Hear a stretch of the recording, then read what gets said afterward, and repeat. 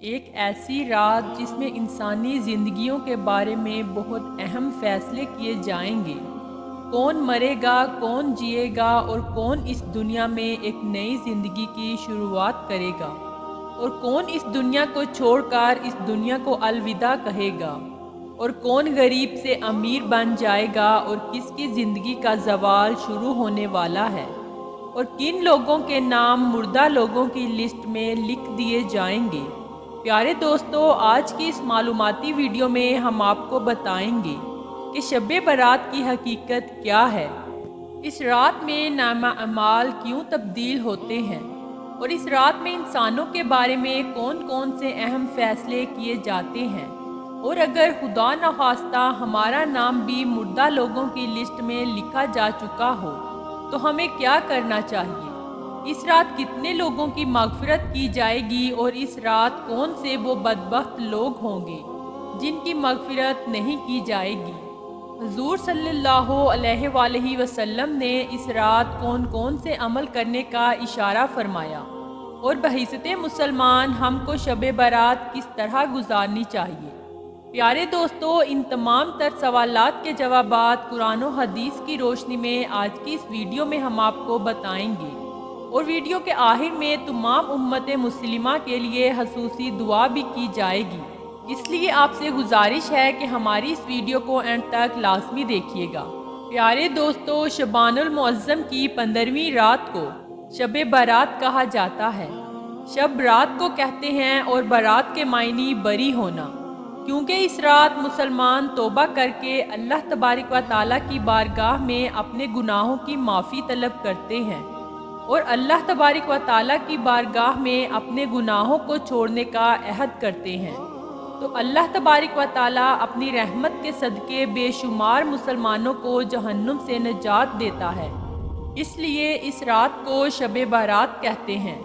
رسول اللہ صلی اللہ علیہ وآلہ وسلم نے ایک مثال کے ساتھ ارشاد فرمایا کہ کوئی شخص صحرا کا سفر کر رہا تھا، تو راستے میں وہ سستانے کے لیے کسی درخت کے نیچے سو گیا۔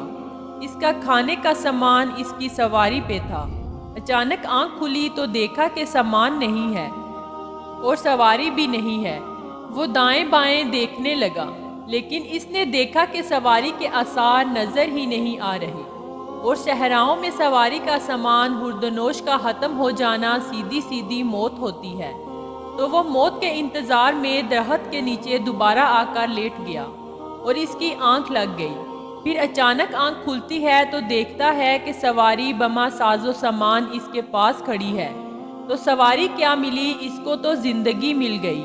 تو شدت فرحت سے خوشیوں کے ہجوم میں وہ اس قدر گم ہو گیا کہ وہ کہنے لگا، اللہم انتا عبدی و انا ربی کا، اے اللہ تو میرا بندہ اور میں تیرا رب۔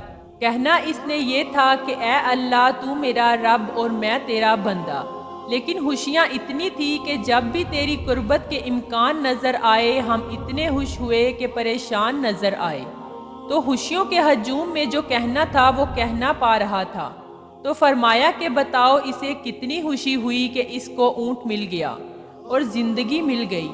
تو صحابہ کرام نے کہا، حضور بہت خوشی ہوئی۔ فرمایا کہ جب کوئی شخص توبہ کرتا ہے تو میرا رب اس سے بھی زیادہ خوش ہوتا ہے، سبحان اللہ، اس سے بھی زیادہ راضی ہوتا ہے کہ میرا بندہ پلٹ کے میرے پاس آ گیا۔ اور پھر اگر وہ توبہ کرنے والا نوجوان ہو تو پھر تو اللہ بہت ہی خوش ہوتا ہے۔ بلکہ رسول کریم صلی اللہ علیہ وآلہ وسلم نے ارشاد فرمایا، آنا حبیب اللہ، میں اللہ کا حبیب ہوں۔ اور پھر فرمایا، جو جوان جوانی میں توبہ کرتا ہے وہ بھی اللہ کا حبیب ہے۔ پھر فرمایا، اور بھاگنے والے آ جا، پلٹ کے اس کی رحمتیں آواز دے رہی ہیں۔ ویسے اس کی رحمت تو ہر دم ہر لمحہ بندے کو پکارتی ہیں، لیکن یہ جس طرح کا موسم آج آپ کو اور ہمیں میسر ہے، اس کی رحمتوں کی عمومیت کا اور اس کی رحمتوں کی فراوانی کا موسم ہوتا ہے۔ اور حدیث میں آتا ہے کہ قبلہ بنو کلب کی بکریوں کے بالوں کے برابر گنہگاروں کے گناہوں کو جہنم کی آگ سے آزاد کر دیا جاتا ہے۔ اور وہ تو بدنصیب شخص ہوگا جو ایسی بابرکت راتوں کے دامن میں بھی حصہ نہ وصول کر پائے۔ حضرت عطا بن یسار رضی اللہ تعالیٰ عنہ فرماتے ہیں، لیلۃ القدر کے بعد شعبان کی 15ویں رات سب سے افضل رات ہے۔ پیارے دوستو، آپ کو بتاتے چلیں کہ شب برات اللہ تبارک و تعالیٰ نے فرشتوں کے لیے عید کا دن مقرر کیا ہے۔ جس طرح کہ اللہ تبارک و تعالیٰ نے زمین پہ رہنے والے انسانوں کو 2 عیدیں عطا فرمائی، اسی طرح اللہ تبارک و تعالیٰ نے آسمان والوں کے لیے بھی 2 عیدیں مقرر کر رکھی ہیں، ایک شب برات اور دوسری شب قدر۔ انسان چونکہ یہ دونوں عیدیں دن میں مناتے ہیں، جبکہ فرشتے یہ عیدیں رات میں مناتے ہیں۔ اللہ تبارک و تعالیٰ نے ان دونوں راتوں کو فرشتوں کے لیے عیدیں اس لیے مقرر کیا کیونکہ انسان رات کو سو جاتا ہے، جبکہ فرشتے رات کو سوتے نہیں، وہ ہر وقت اللہ تبارک و تعالیٰ کی عبادت میں مصروف رہتے ہیں۔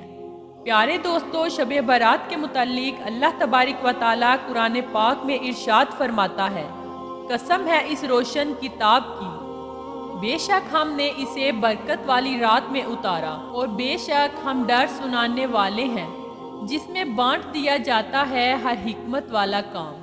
ان آیات کریمہ کی تفسیر میں مفسرین کچھ یوں لکھتے ہیں کہ اس شب سے مراد شب قدر یا شب برات ہے، اور حضرت اکرمہ رضی اللہ تعالیٰ عنہ اور دیگر مفسرین بیان کرتے ہیں کہ لیلۃ القدر سے مراد شب برات ہے۔ پیارے دوستو، اس رات میں تمام لوگوں کی فہرست تیار کی جاتی ہے جو اس دنیا کے اندر زندہ رہنے والے ہوں گے اور جو اس سال میں مرنے والے ہوں گے اور جو حج کرنے والے ہوں گے۔ ان تمام لوگوں کے نام اس فہرست کے اندر لکھے جاتے ہیں۔ اس فہرست میں درج ہونے والے ہر حکم کی تعمیل میں ذرا برابر بھی کمی نہیں کی جاتی۔ حضرت عائشہ صدیقہ رضی اللہ تعالیٰ عنہ بیان کرتی ہیں کہ رسول کریم صلی اللہ علیہ وآلہ وسلم نے ارشاد فرمایا، کیا تم جانتی ہو کہ شعبان کی 15ویں شب میں کیا ہوتا ہے؟ حضرت عائشہ صدیقہ رضی اللہ تعالیٰ عنہ نے عرض کیا، یا رسول اللہ صلی اللہ علیہ وآلہ وسلم، آپ ہی ارشاد فرما دیجئے۔ تو نبی کریم صلی اللہ علیہ وآلہ وسلم نے ارشاد فرمایا کہ آئندہ سال میں جتنے بھی پیدا ہونے والے ہوتے ہیں وہ اس رات میں لکھ دیے جاتے ہیں، اور جتنے لوگ آئندہ سال میں مرنے والے ہوتے ہیں وہ بھی اس رات میں لکھ دیے جاتے ہیں، اور اس رات میں لوگوں کے سال بھر کے اعمال اٹھائے جاتے ہیں، اور اس رات میں لوگوں کا رزق مقرر کیا جاتا ہے اور رزق اتارا جاتا ہے۔ حضرت عطا بن یسار رضی اللہ تعالیٰ عنہ بیان فرماتے ہیں کہ شعبان کی 15ویں رات اللہ تبارک و تعالیٰ ملک الموت کو ایک فہرست دے کر حکم فرماتا ہے کہ جن جن لوگوں کے نام اس فہرست میں لکھے ہیں ان کی روحوں کو آئندہ سال مقررہ وقتوں پر قبض کرنا۔ پیارے دوستو، اس رات میں لوگوں کی زندگی اور موت کا فیصلہ ہو چکا ہوتا ہے، جبکہ ہم لوگوں کے حالات تو یہ ہوتے ہیں کہ وہ اپنی دنیا میں مگن ہوتے ہیں۔ کوئی اپنا بینک بیلنس بڑھانے کے چکر میں لگا ہوتا ہے، تو کوئی اپنا گھر اور بنگلہ تیار کرنے میں لگا ہوتا ہے، تو کوئی اپنی شادیوں کی تیاریوں میں لگا ہوتا ہے، جبکہ وہ یہ نہیں جانتا کہ اس کا نام مردہ لوگوں کی لسٹ میں لکھا جا چکا ہے۔ حضرت عثمان بن محمد رضی اللہ تعالیٰ عنہ سے مروی ہے کہ سرور کائنات حضرت محمد مصطفیٰ صلی اللہ علیہ وآلہ وسلم نے ارشاد فرمایا کہ ایک شعبان سے دوسرے شعبان تک لوگوں کی زندگی منقطع کرنے کا وقت اس رات میں لکھا جاتا ہے، یہاں تک کہ انسان شادی بیاہ کرتا ہے اور ان کے بچے پیدا ہوتے ہیں، حالانکہ اس کا نام مردوں کی فہرست میں لکھا جا چکا ہے۔ اور شب برات کی ایک بہت بڑی خصوصیت یہ بھی ہے کہ اس رات میں اللہ تبارک و تعالیٰ بے شمار لوگوں کی بخشش فرماتا ہے، جیسا کہ حضرت عائشہ صدیقہ رضی اللہ تعالیٰ عنہ بیان فرماتی ہیں کہ ایک رات میں نے حضور نبی کریم صلی اللہ علیہ وآلہ وسلم کو اپنے پاس نہ پایا، تو میں آپ کی تلاش میں نکلی۔ میں نے دیکھا کہ حضور نبی کریم صلی اللہ علیہ وآلہ وسلم جنت البقیع میں تشریف فرما ہیں، اور آپ نے فرمایا، کیا تمہیں یہ خوف ہے کہ اللہ تبارک و تعالیٰ اور اس کا رسول تمہارے ساتھ زیادتی کریں گے۔ میں نے کہا یا رسول اللہ، مجھے یہ خیال ہوا کہ شاید آپ کسی دوسری اہلیہ کے پاس تشریف لے گئے ہیں، تو حضور پاک صلی اللہ علیہ وآلہ وسلم نے ارشاد فرمایا، بے شک اللہ تبارک و تعالیٰ شعبان کی 15ویں شب دنیا پر اپنی شان کے مطابق جلوہ گر ہوتا ہے اور قبلہ بنو کلب کی بکریوں کے بالوں سے بھی زیادہ لوگوں کی مغفرت فرماتا ہے۔ حضرت ابوبکر صدیق رضی اللہ تعالیٰ عنہ سے روایت ہے کہ حضور نبی اکرم صلی اللہ علیہ وآلہ وسلم نے ارشاد فرمایا کہ شعبان کی 15ویں شب میں اللہ تبارک و تعالیٰ آسمانوں پر اپنی شان کے مطابق جلوہ گر ہوتا ہے اور اس شب میں ہر کسی کی مغفرت فرماتا ہے، سوائے ان لوگوں کے جو شرک کرنے والے ہوں اور بغض رکھنے والے ہوں۔ ایک دوسری روایت میں آتا ہے کہ نبی کریم رؤوف الرحیم صلی اللہ علیہ وآلہ وسلم نے ارشاد فرمایا کہ اللہ تبارک و تعالیٰ شعبان کی 15ویں شب اپنے رحم و کرم سے تمام مخلوقات کی بخشش فرما دیتا ہے، سوائے ان لوگوں کے جو شرک کرنے والے ہوں اور کینہ رکھنے والے ہوں۔ حضرت عبداللہ بن عمر بن عاص رضی اللہ تعالیٰ عنہ سے روایت ہے کہ حضور نبی اکرم صلی اللہ علیہ وآلہ وسلم نے ارشاد فرمایا کہ شعبان کی 15ویں رات میں اللہ تبارک و تعالیٰ اپنی رحمتوں سے 2 شخصوں کے علاوہ سب لوگوں کی مغفرت فرماتا ہے، ایک وہ شخص جو کینہ رکھنے والا ہو اور دوسرا وہ شخص جو کسی کو ناحق قتل کرنے والا ہو۔ تو پیارے دوستو، شب بارات میں فرشتوں کو بعض امور دیے جاتے ہیں، اور شب بارات ایک ایسی رات ہے جس میں اللہ تبارک و تعالیٰ مسلمانوں کی مغفرت فرماتا ہے اور دعاؤں کو قبول کرتا ہے، جیسا کہ حضرت عثمان رضی اللہ تعالیٰ عنہ سے روایت ہے، جب شعبان کی 15ویں شب آتی ہے تو اللہ تبارک و تعالیٰ کی طرف سے یہ اعلان ہوتا ہے کہ ہے کوئی مغفرت طلب کرنے والا کہ اس کے گناہ بخش دوں، کہ ہے کوئی مجھ سے معافی مانگنے والا کہ اسے عطا کر دوں۔ اس وقت اللہ تبارک و تعالیٰ سے جو مانگا جائے وہ ملتا ہے، وہ سب کی دعاؤں کو قبول فرماتا ہے سوائے بدکار کے اور مشرک شخص کے۔ حضرت علی رضی اللہ تعالیٰ عنہ سے روایت ہے کہ غیب بتانے والے آقا مولا حضرت محمد صلی اللہ علیہ وآلہ وسلم نے ارشاد فرمایا، جب شعبان کی 15ویں شب آتی ہے تو رات کو قیام کرو اور دن کو روزہ رکھو، کیونکہ غروب آفتاب کے وقت سے ہی اللہ تبارک و تعالیٰ کی رحمت آسمانوں سے زمین پر نازل ہوتی ہے، اور اللہ تبارک و تعالیٰ ارشاد فرماتا ہے کہ ہے کوئی مغفرت طلب کرنے والا کہ میں اسے بخش دوں، کوئی مصیبت زدہ کہ میں اس کی مصیبت دور کر دوں، اور یہ اعلان طلوع فجر تک اللہ تبارک و تعالیٰ سے ہوتا رہتا ہے۔ تو پیارے دوستو، حضور اکرم صلی اللہ علیہ وآلہ وسلم نے ارشاد فرمایا کہ شعبان میرا مہینہ ہے اور رمضان اللہ تبارک و تعالیٰ کا مہینہ ہے۔ روایات میں آتا ہے کہ حضور اکرم صلی اللہ علیہ وآلہ وسلم ماہ رمضان کے علاوہ شعبان المعظم میں روزے رکھا کرتے تھے اور اللہ تبارک و تعالیٰ کی عبادت کے لیے کمر وابستہ ہو جاتے، اور حضور اکرم صلی اللہ علیہ وآلہ وسلم شعبان المبارک میں بہت زیادہ اللہ تبارک و تعالیٰ کی عبادت کیا کرتے اور صحابہ کرام کو اس کی تلقین کیا کرتے۔ لیکن افسوس کہ آج کے دور میں لوگ مقدس رات کو آتش بازی کی نظر کر دیتے ہیں، جس رات میں اللہ تبارک و تعالیٰ سے مغفرت طلب کرنی چاہیے۔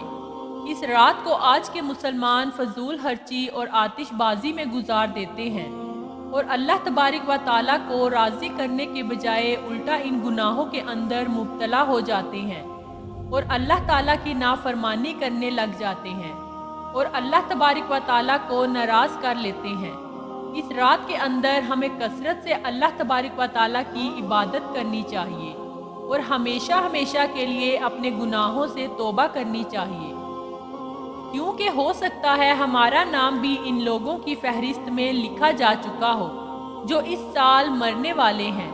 ہمیں چاہیے کہ ہم اپنے تمام گناہوں سے توبہ کریں، ہم اللہ تبارک و تعالیٰ کی بارگاہ میں اپنے گناہوں کی معافی طلب کریں۔ پیارے دوستو، شب بارات کی رات کو اللہ تبارک و تعالیٰ کی بارگاہ میں گزارنا چاہیے اور شب بیداری کرنی چاہیے، جیسا کہ رسول صلی اللہ علیہ وآلہ وسلم بھی خود شب بیداری کرتے اور صحابہ کو بھی ارشاد فرماتے کہ اللہ تبارک و تعالیٰ سے دعا ہے کہ اے رب کریم ہماری خطائیں معاف فرما۔ اے اللہ، ہم مانتے ہیں کہ ہم گنہگار ہیں، مگر اپنے در سے محروم نہ کر۔ میرے مولا، اے اللہ ہمیں معاف کر دے۔ اے آسمانوں اور زمین کے مالک، اے پہاڑوں اور سمندروں کے مالک، اے انسانوں اور جنات کے معبود، اے عرش عظیم کے مالک، اے فرشتوں کے معبود، اے عزت و ذلت کے مالک، اے بیماروں کو شفا دینے والے بادشاہوں کے بادشاہ، اے اللہ ہم تیرے گنہگار بندے، ہم تیرے خطا کار بندے، ہم تیرے عاجز بندے تیری پاکی بیان کرتے ہیں اور تیرے آگے دعا کے لیے ہاتھ پھیلاتے ہیں۔ ہماری خطاؤں کو معاف فرما یا اللہ، موت کی سختی سے بچانا۔ ہماری روح جب اس دنیا سے رخصت ہو تو اے اللہ تجھے ملنے کے لیے اسے کوئی شرمندگی نہ ہو۔ اے اللہ، قبر کی اندھیری راتوں اور عذاب سے بچانا۔ منکر و نکیر کے سوالات کے وقت ہماری مدد فرمانا۔ ہمیں قبر میں پہلے سے ہی ایک رفیق عطا فرمانا۔ ہماری قبروں کو روشن اور کشادہ کر دینا۔ یا اللہ پاک، ہمیں قیامت کی رسوائی سے بچا لینا۔ ہمیں اپنے عرش کے سائے میں جگہ دینا۔ یا اللہ، قیامت کے روز اپنا دیدار نصیب فرمانا۔ ہمارے نائمہ اعمال ہمارے دائیں ہاتھ میں پکڑانا۔ اے اللہ، جو ہمارے مقدر میں نہیں لکھا اس کی کوششوں اور تمناؤں میں ہمیں مبتلا نہ کر، اور جو ہماری تقدیر میں لکھ دیا ہے اس کو ہمارے لیے آسان کر دینا۔ یا اللہ، ہماری ان تمام تر حاجات اور دعاؤں کو قبول و منظور فرما۔ آمین یا رب العالمین۔